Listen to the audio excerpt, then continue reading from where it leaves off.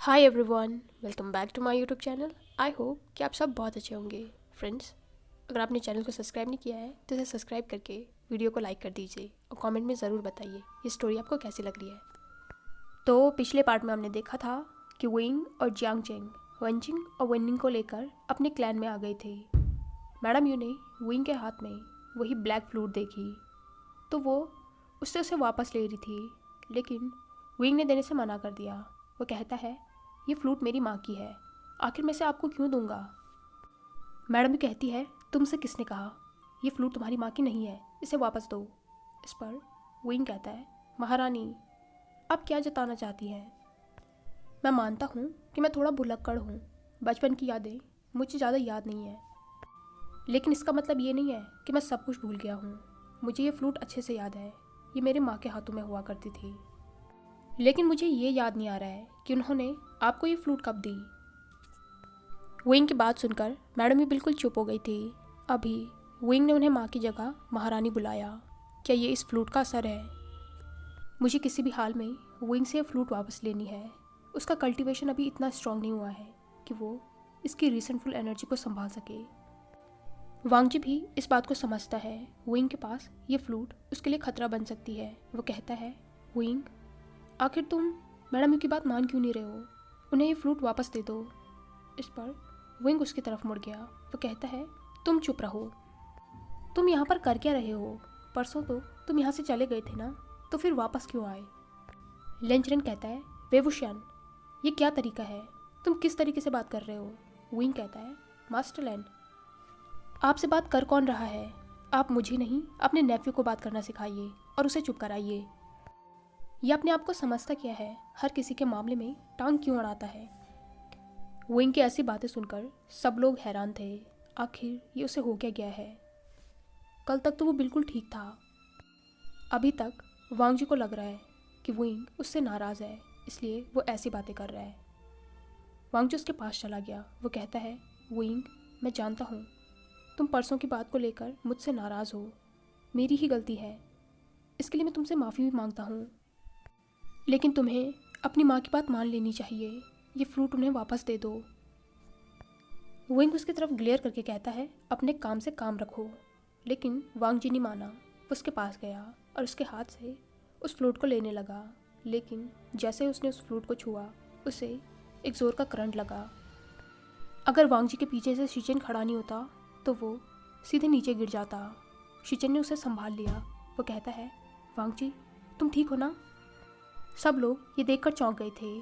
लेंचरन कहता है, वेवुशियन आखिर ये फ्लूट किस चीज़ की है।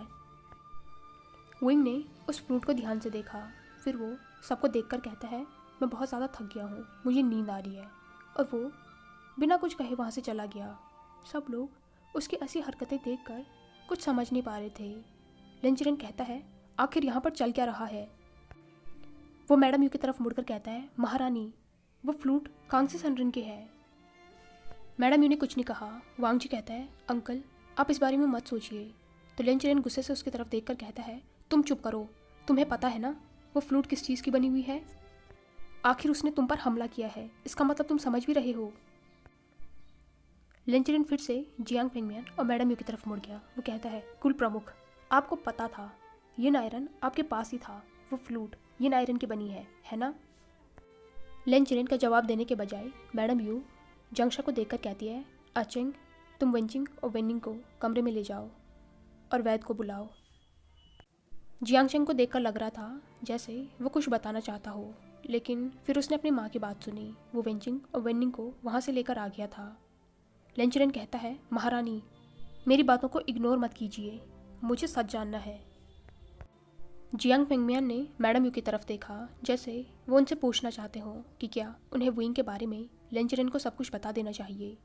वैसे तो मैडम यू नहीं चाहती है कि लेंचरन को पता चले, लेकिन जिस तरीके से विंग ने अभी बातें की हैं और जिस तरीके से उसकी आंखें दिख रही थी, उससे साफ साफ पता चल रहा है कि विंग पर उस फ्लूट का असर होने लग गया है। वो फ्लूट इतनी ज़्यादा ताकतवर थी, इसीलिए मैडम यू ने उसे इतने सालों तक विंग से दूर रखा, और शायद यही कारण था जो उसकी माँ ने भी उसे विंग से दूर रखने के लिए कहा था, क्योंकि वो जानती थी एक बार वो फ्लूट विंग के हाथों में आ गई तो वो उस पर अपना असर ज़रूर दिखाएगी। उन दोनों को बिल्कुल चुपचाप देख लेन चिरेन वांग जी की तरफ मुड़ा। वो कहता है, वांग जी, तुम मुझे सच बताओगे या नहीं? तुम्हें सच पता है ना? इस पर वांग जी ने कुछ नहीं कहा। वो कहता है, अंकल, ऐसा कुछ भी नहीं है, बस विंग और मेरा झगड़ा हो गया था। लेकिन तभी मैडम ही कहती है, सेनापति, कोई बात नहीं। फिर उसने लेन चिरेन को सब कुछ सच सच बता दिया। सच जानने के बाद चिरेन और शिजेन दोनों ही हैरान थे। लेन चिरेन कहता है, महारानी, आप इतनी बड़ी बात हमसे कैसे छुपा सकती हैं? इस पर मैडम कहती है, मास्टर लैन, मैंने आपसे ये बात इसीलिए छुपाई क्योंकि आप विंग के लिए खतरा बन जाते। यही कारण था जो कांग सरडिन उसे आपके पास नहीं छोड़ना चाहती थी, क्योंकि वो जानती थी कि आप अपने रूल्स के लिए कितने ज़्यादा स्ट्रिक्ट हैं। लेकिन मैं आपको एक बात बता देती हूँ, विंग चाहे जैसा भी है वो हमारा बेटा है और हम उसे हर हाल में प्रोटेक्ट करेंगे। अगर आपको उससे इतनी ज़्यादा प्रॉब्लम है तो आप उससे दूर रहिए। चिरेन थोड़ी देर के लिए शांत हो गया था। वो फिर कहता है, कुल प्रमुख, आप भी यही सोचते हैं कि मैं विंग के लिए खतरा बन जाऊंगा? इस पर जियांग फेंगमैन कहता है, मास्टर लान, हमारा ऐसा बिल्कुल भी मतलब नहीं है। लेकिन सब जानते हैं कि आप अपने रूल्स और रेगुलेशंस के लिए कितना ज़्यादा स्ट्रिक्ट हैं। और फिर आपके क्लैन में डार्क कल्टीवेशन बिल्कुल बैन है, किसी भी तरीके की फॉरबिडन प्रैक्टिस बैन है। वैसे तो ये हर जगह बैन है, लेकिन हमारा विंग इसे परफॉर्म नहीं करता है। बस ये उसका ही एक हिस्सा है जिसे वो अलग नहीं हो सकता। तभी शिचेन कहता है, तो कुल प्रमुख, क्या विंग के पास जो फ्लूट है वो सच में येन आयरन की बनी हुई है? वांग जी कहता है, नहीं ब्रदर, वो येन आयरन नहीं है। येन आयरन के 3 टुकड़े वेन रूहान के पास हैं और 1 टुकड़ा हमारे पास। विंग के पास कोई भी येन आयरन नहीं है, बल्कि जिस मेटल से वो फ्लूट बनी है उसे टाइगर सील कहते हैं। वो भी येन आयरन का एक फॉर्म है, लेकिन बहुत ही ज़्यादा स्ट्रॉन्ग, येन आयरन से भी। लेन चिरेन कुछ सोचकर कहता है, ऐसा कैसे हो सकता है? टाइगर सील के बारे में मैंने सुना है, लेकिन उस मेटल को आज से पहले कभी किसी ने भी नहीं देखा। तो फिर विंग के पास वो कहाँ से आ गई? वांग जी कहता है, वो विंग की मदर की है। इस पर लेन चिरेन कहता है, तो फिर कांगसे सररन के पास भी वो कहाँ से आया? तुम्हें कैसे पता कि वो कांगसे सररन का है? इस पर मैडम यू कहती है, कांगसे का हमारे पास लेटर है। तभी वहाँ पर जियांगचेंग आ गया। उन लोगों को बातें करते देख वो कहता है, क्या आप लोग विंग के बारे में बात कर रहे हैं? इस पर सब लोगों ने उसकी तरफ देखा। मैडम यू कहती है, तुम यहाँ पर क्या कर रहे हो? तुम अपने दोस्तों के पास जाओ। इस पर जियांगचेंग कहता है, मुझे आपको कुछ बताना है। फिर उसने वो सब कुछ बताया जो भी उसने जिशान में देखा था। मैडम यू कहती है, तुम कहना क्या चाहते हो? इस पर जियांगचेंग कहता है, मैंने अपनी आंखों से देखा। विंग की आंखें पूरी रेड कलर की हो रखी थी। उसके चारों तरफ काला धुआं फैला हुआ था, यहाँ तक कि उसे खुद का भी होश नहीं था। मैंने उसे कितनी आवाज़ें दी, तब भी उसने कुछ नहीं सुना। और उससे भी बड़ी बात, वो फ्लूट, मतलब उस फ्लूट की वजह से उसने वेनिंग को भी कंट्रोल कर लिया। तभी वांग जी कहता है, वेनिंग को कंट्रोल कर लिया मतलब? इस पर जियांगचिंग कहता है, पता नहीं, लेकिन वेनिंग को भी कुछ हो गया था। उसे देखकर ऐसा लग रहा था जैसे वो वेन रूहान के वश में हो। वेन रूहान ने उसे हम पर हमला करने का आदेश भी दिया था, लेकिन विंग ने उस फ्लूट की मदद से उसे अपने काबू में कर लिया। और इन दोनों ने मिलकर वेन रूहान का बहुत ज़्यादा नुकसान किया है। उसकी फियर्स कॉप्सेस को मार डाला, उसकी आधी सेना ख़त्म कर दी, यहाँ तक कि उसके बेटों को भी ज़ख्मी किया। मुझे नहीं लगता कि अब वो शांत बैठेगा। हमें युद्ध के लिए तैयार रहना चाहिए। मैडम यू और जियांग फेंगमियान बहुत ज़्यादा परेशान हो गए थे। मैडम कहती है, मुझे पता था अगर विंग के पास वो फ्लूट होगी तो वो रिसेंटफुल एनर्जी को ज़रूर अट्रैक्ट करेगा। आखिर अब हम क्या करेंगे? विंग बहुत ज़्यादा ज़िद्दी है, वो फ्लूट को कभी भी नहीं छोड़ेगा। तभी शिजन कहता है, अंकल, क्या इस चीज़ का कोई हल नहीं है? क्या हम इसका कोई तोड़ नहीं निकाल सकते? इस पर लेन चिरेन कहता है, मुझे नहीं लगता है। टाइगर सील के बारे में बहुत कम जानकारी है। मुझे वापस सेक जाकर देखना पड़ेगा, शायद कुछ बुक्स हों जिनमें कुछ लिखा हो। इस पर वांग जी कहता है, मैंने पूरी लाइब्रेरी छान मारी, मुझे तो कुछ नहीं मिला। इस पर शिचन कहता है, तो उस दिन तुम इसी बारे में ढूंढ रहे थे? इस पर वांग जी ने नोट किया। लेन चिरेन कहता है, मेरे पास कुछ पर्सनल बुक्स हैं जो कि डार्क कल्टीवेशन से रिलेटेड है। एक बार हमें उन्हें भी देख लेना चाहिए। इस पर वांग जी ने नोट किया। वांग जी विंग के लिए बहुत ज़्यादा परेशान था। वो कहता है मैं विंग को देख कर आता हूँ, और फिर वो उसके कमरे की तरफ चला गया। शिचिन उसे रोकने वाला था, जैसा अभी विंग ने बिहेव किया था। उसे नहीं लगता कि अभी वो वांग जी से बात करना चाहेगा, पर फिर उसने सोचा कि छोड़ो, उन दोनों को आपस में ही अपनी प्रॉब्लम सुलझाने देता हूँ। विंग के कमरे के पास जाकर वांग जी ने दरवाजे पर नॉक किया। अंदर से विंग कहता है कौन है? इस पर वांग जी कहता है विंग, क्या मैं अंदर आ जाऊँ? विंग उससे कहता है लान वांग जी, तुम यहाँ पर क्या कर रहे हो? यहाँ से जाओ। लेकिन वांग जी नहीं गया। ये चीज़ विंग ने भी महसूस की। उसने दरवाज़ा खोला। वो कहता है तुम्हें समझ में नहीं आ रहा है, आखिर इतनी रात को तुम मेरे कमरे में क्या कर रहे हो? जाकर आराम करो। पहले तो वांग जी को लग रहा था कि विंग उससे नाराज़ है, इसलिए ऐसी बातें कर रहा है, लेकिन अब उसे पता है कि विंग धीरे धीरे उस फ्लूट के इन्फ्लुएंस में जा रहा है। वो फ्लूट जिसमें रिसेंटफुल एनर्जी भरी हुई है। विंग धीरे धीरे इसी तरीके से बिहेव करेगा। वो हर समय चिड़चिड़ा रहेगा, हर समय से गुस्सा आएगा। नेगेटिव एनर्जी की यही खासियत है, वो आपके अंदर की पॉजिटिविटी को छीन लेती है। उसे सोच में पड़ा देख विंग कहता है तुम क्या सोच रहे हो? क्या तुम यहीं पर खड़े रहोगे? वापस जाओ यहाँ से। इस पर वांग जी कहता है विंग, मैं तुमसे परसों के लिए माफ़ी मांगना चाहता हूँ। मैं जानता हूँ मैंने तुम्हें हर्ट किया। मैडम यू ने बताया तुम उस दिन बहुत ज़्यादा रोई। इस पर विंग स्माइल करके कहता है तुम्हें इससे क्या फ़र्क पड़ता है? मैं भी कितना बेवकूफ़ हूँ ना।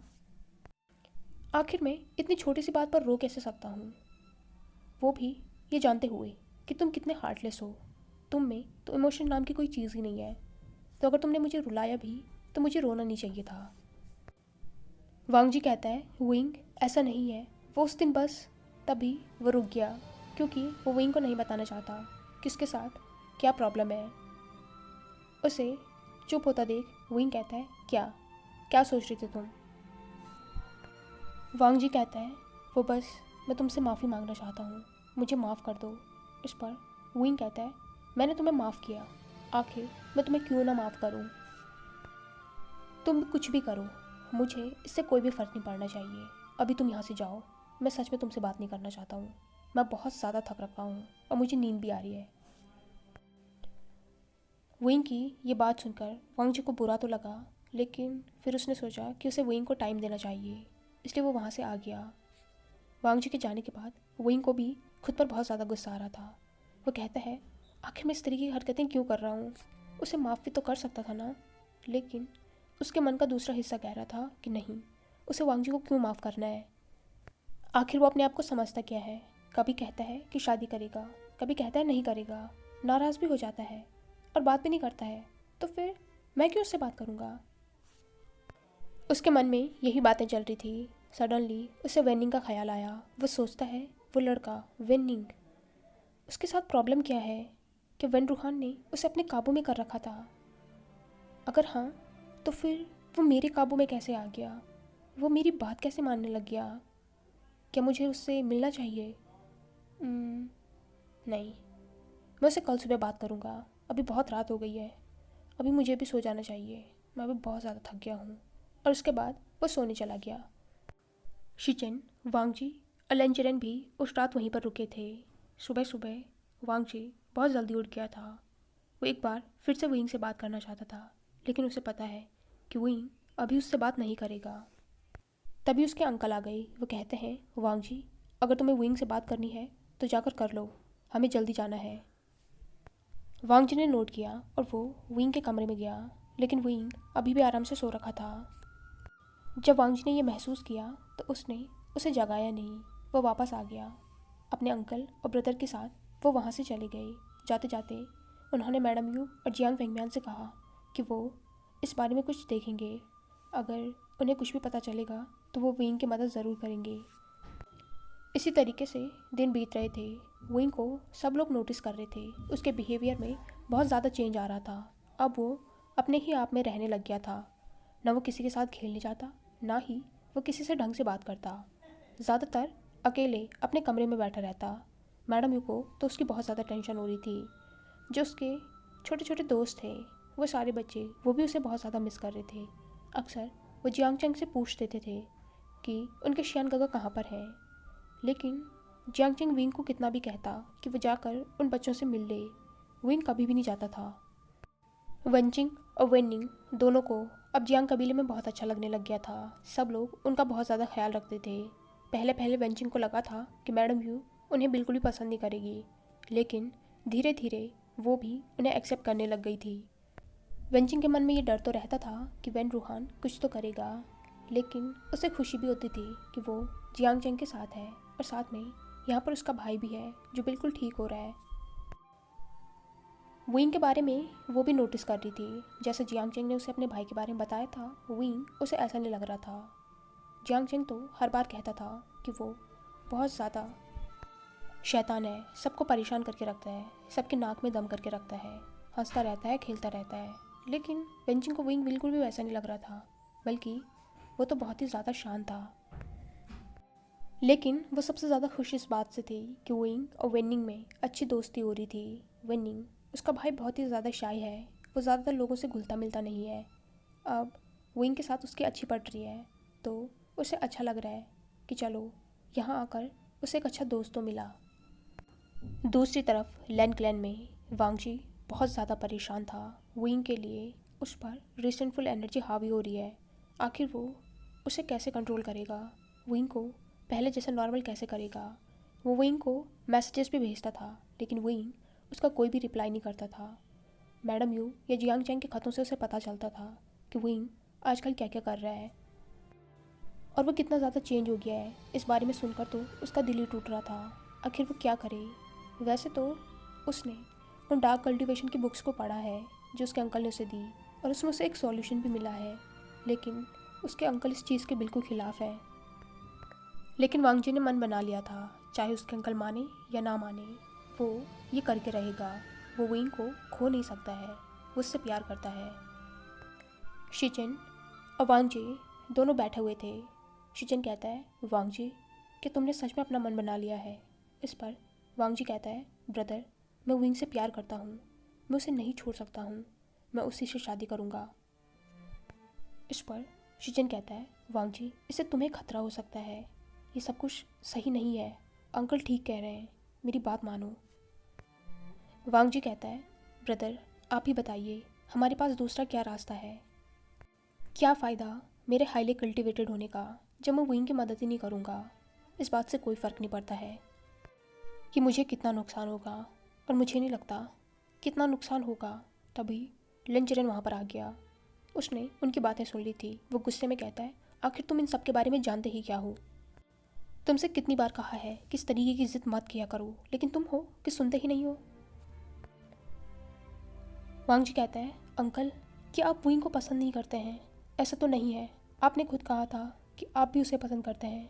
इस पर लेंजरन कहता है, मैं उसे पसंद करता हूँ, लेकिन इसका मतलब ये नहीं है कि उसके लिए मैं अपने सेक्ट के रूल्स को बदल लूँ, अपने प्रिंसिपल को बदल लूँ। वो लड़का नेगेटिव एनर्जी से भरा हुआ है। तुम्हें क्या लगता है उसकी नेगेटिविटी इतनी आसानी से चली जाएगी? तुम पागल हो गए हो।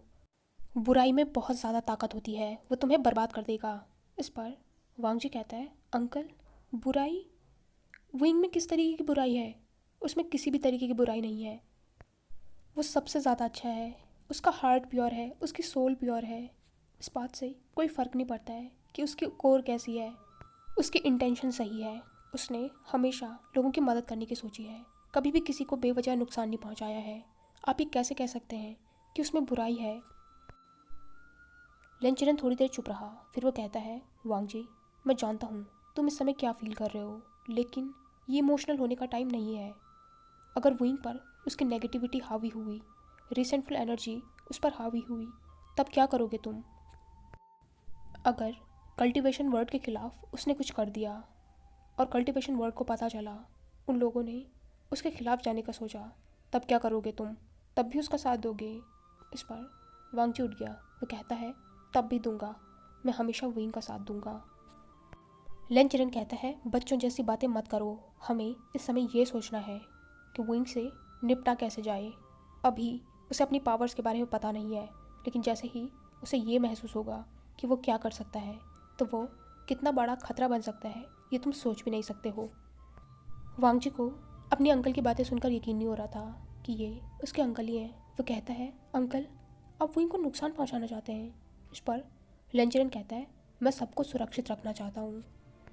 इस बात से वांग जी गुस्सा हो गया। वो कहता है, तो ठीक है, रखिए सबको सुरक्षित, लेकिन याद रखिए वुइंग के साथ मैं हूँ, मैं उसे एक खरोच भी नहीं आने दूंगा। और वो वहाँ से चला गया। लेंचरन को तो बहुत ज़्यादा गुस्सा आ रहा था। शिचन कहता है, अंकल आखिर आप ऐसा क्यों कर रहे हैं? आप जानते हैं कि वांग जी मास्टर वे से कितना ज़्यादा प्यार करता है, और मास्टर वे बिल्कुल भी बुरे इंसान नहीं है। हमें ये सोचना चाहिए कि उनकी रिसेंटफुल एनर्जी को कैसे कंट्रोल किया जाए। लेंचरन उसे देखकर कहता है, तुम भी उसकी भाषा बोलने लग गए हो। आखिर रिसेंटफुल एनर्जी को कैसे कंट्रोल करोगे, वो भी टाइगर सील की? पहले ही हमारे पास ये आयरन नहीं है। मैं ये सोचकर परेशान हूँ कि अगर वेन रूहान की नज़र वुइंग पर गई और उसने ये सोच लिया कि वो वुइंग को अपने साथ करेगा, तो इस कल्टीवेशन वर्ड का क्या होगा? तुम्हारा भाई पागल हो गया है, बिल्कुल तुम्हारे बाबा की तरह। कल्टीवेशन वर्ल्ड के लिए लड़ने के बजाय वो उस ओमेगा के पीछे पड़ गया है। शिचन को भी अपने अंकल की ये बात बहुत ज़्यादा बुरी लगी। वो भी वहाँ से उठकर चला गया। वो कहता है, आपको जो करना है कीजिए, लेकिन वांग जी और विंग के साथ अब कुछ भी बुरा नहीं कर सकते हैं। हाय एवरीवन, आई होप कि आपके पार्ट पसंद आया हो। अगर आपको ये वीडियो पसंद आई हो तो इसे लाइक, कमेंट, शेयर और चैनल को पक्का से सब्सक्राइब कीजिए। Thank you.